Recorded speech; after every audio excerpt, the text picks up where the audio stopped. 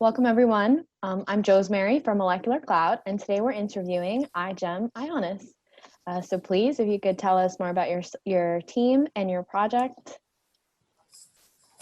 Yeah, for sure. Well, first, thank you for having us and for giving us the opportunity of getting our project known by more people. So just to start, my name's Van and I'm the project leader. So we're a team of 10 students. We're fifth year engineering students studying biotechnology. Some are studying general engineering, mechanical engineering, and some are studying computer science. And our project is called BACtail. So maybe the other team members who are present can introduce themselves quickly. So hi, I'm Julia and I'm the funding and partnership manager. So I helped with all the partnership proposal with companies and laboratories. I also did a crowdfunding pot in order to collect some money from our family and friends to help us with our project. I also had to organize a few things like the international meetup we hosted with Persian teams. And I'm also helping Alban with the communication on social networks.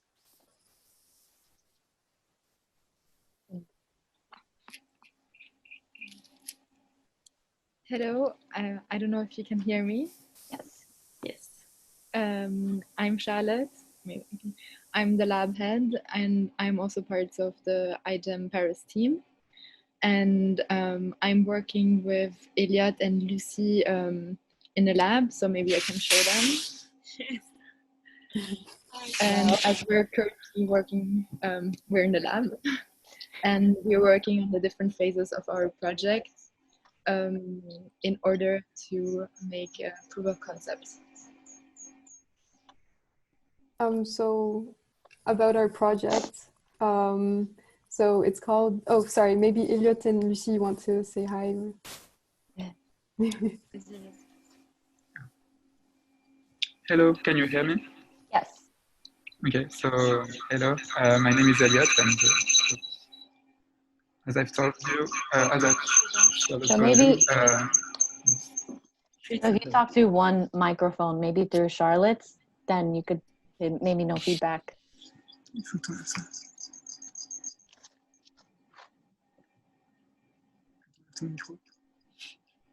Elle est éteinte. Okay, is it better now? No. Vas-y,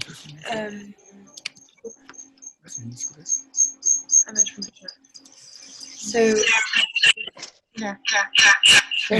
I think if you mute two of the microphones and just have one, it'll reduce the feedback.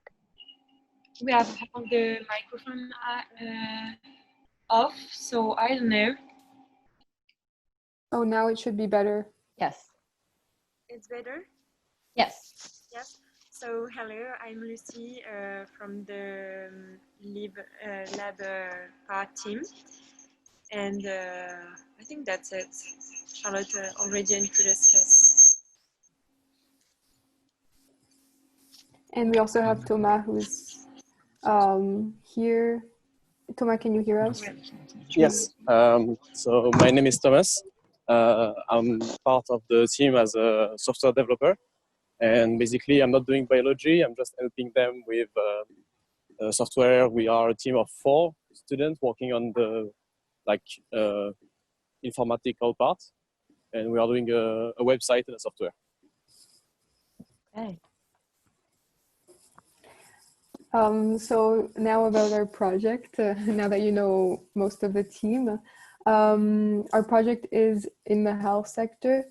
So I guess you're familiar with antibiotic resistance. So the aim of our project this year is to fight against this major healthcare issue. What we're doing is creating a bacteria that will be able to specifically recognize pathogenic and resistant bacteria, and this is inspired by a certain characteristic of bacteriophages, which allows them to specifically recognize their targets. Bacteriophages are the natural predators of bacteria. So one bacteriophage can only infect one certain strain of bacteria. That's why we were inspired by this characteristic. So what we're doing is expressing these proteins, these receptor binding proteins at the surface of our bacteria, E. coli, for it to be able to bind and then, well, specifically recognize the target. And then following this, our bacteria is going to secrete antimicrobial peptides, which are specifically also toxic for the target bacteria, and this will lyse the target. And then for safety issues, we're also going to be integrating a kill switch in our chassis E. coli for it to kill itself once it has accomplished its mission. I see. And for this, can you tell us more about the recognition pathway? So you're using the bacteriophage, the receptor binding proteins to be catered within the bacteriophage. How are you catering the RBD proteins to each target? Maybe Charlotte, you can answer this question. So what we're doing, we are taking a specific region. So the bacteriophages, they have some small long tip fibers, and on their tips, these tips are specifically recognizing bacteria, and each different type of bacteriophage recognizes specifically one type of or one strain of bacteria. So for example, we chose the tip of a coliphage, which we are expressing in our bacteria to specifically recognize other E. coli's. Okay. Yeah, our proof of concept is in a biosafety 1 lab, of course. So that's why we have to use E. coli as our target. Also because it's a well-characterized bacteria, so it's easier for us. And the T4 phage is the most known. But for our future perspectives, what we would do is target pathogenic bacteria, and some other bacteriophages have already been characterized to specifically bind those pathogens. So our system could be transposed to pathogenic bacteria in the future for sure. And how it works is, Fantastic. we hope it's going to work, is our constructions are like they can easily be modified. So what we would have to do is just change the gene that codes for the receptor binding protein, and then the whole pathway that will bring it to the outer membrane will stay the same. Got it. Okay. Okay, awesome. It's really interesting that you can use the bacteriophages for other targets, and that some have already been developed, so this can be easily transposed into that system. That's really great. So you clearly, some of you are definitely in the lab working on their project. Has the pandemic affected the plan you had set out to approach this this problem, this experiment? Yes, definitely. Because of the pandemic, we weren't able to access our laboratories on time. We only had access, I would say, for real, few weeks to 1 month ago. What's not normally the case of an iGEM competition. Normally you have access from the beginning of your summer holidays, or so. This was a huge huge problem for our project. And as well, we ordered some synthesized DNA from the US, and it took so much longer than expected to arrive in Europe because of the pandemic as well. So, Tomas, you said that you were working on software development for the team. Can you tell us more about what your methodology for software development is, or how you're using the computational systems to work on your project?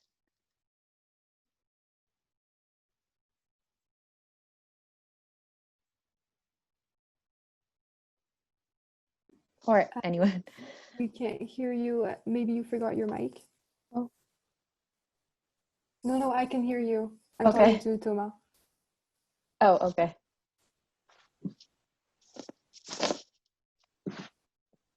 Oh, I'm sorry.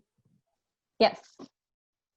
So I was asking, how are you working towards the computational or statistical systems in the project? You said that you're working on the software development. Yeah, that's true. So basically, it's software tools. It's meant to help the team produce the right sequence to order and to add to our in the lab. I'm not, to be honest, I'm not really sure what's the goal of the sequence, but the software generates a plasmid sequence based on the choice of the bacteria you want to aim to kill, and also the promoter, ribosome, and terminator that you want to choose. Okay, I see. And are there any other components of your project that you would really like to highlight to the audience? I think the most important part of our project is that it is innovative, because the fact that we're expressing these receptor binding proteins coming from bacteriophages on the surface of our bacteria has never been done before. What I would also like to say is that it is like a tailor-made system, meaning that it can be easily like transposed, as we said before. And like the whole idea of our system is that it's simple, it should be simple. And once you have identified the bacteria that are causing the infection, you should be able to treat them quickly. And also another thing about our project is that it is specific.